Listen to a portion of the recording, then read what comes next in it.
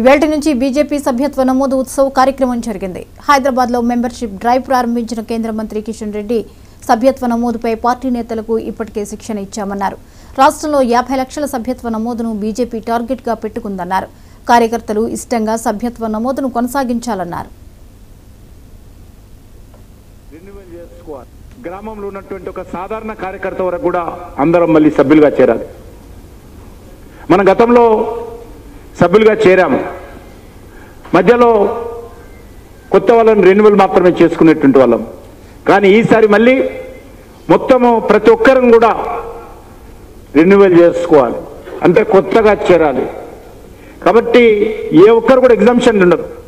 కాబట్టి ఈసారి ఈ సభ్యత్వ సేకరణ కార్యక్రమం ఒక సాధారణ కార్యక్రమంగా కాకుండా ఒక ఉద్యమం లాగా ఒక మిషన్ మోడ్లో ఈ యొక్క మెంబర్షిప్ కార్యక్రమం మనం తీసుకోవాల్సినటువంటి అవసరం ఉంది.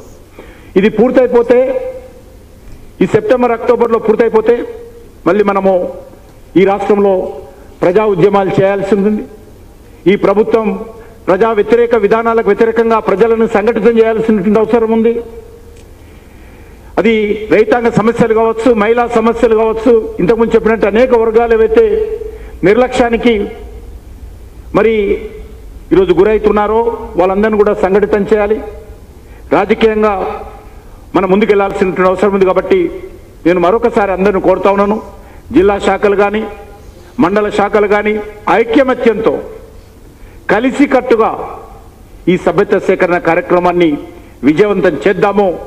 అది మరొకసారి గతంలో మనకు తెలుసు, భారతీయ జనతా పార్టీ గిన్నీస్ రికార్డులో అత్యధికమైనటువంటి సభ్యులు కలిగిన పార్టీగా నమోదయ్యాం. గ్రామంలో ఉన్నటువంటి ఒక సాధారణ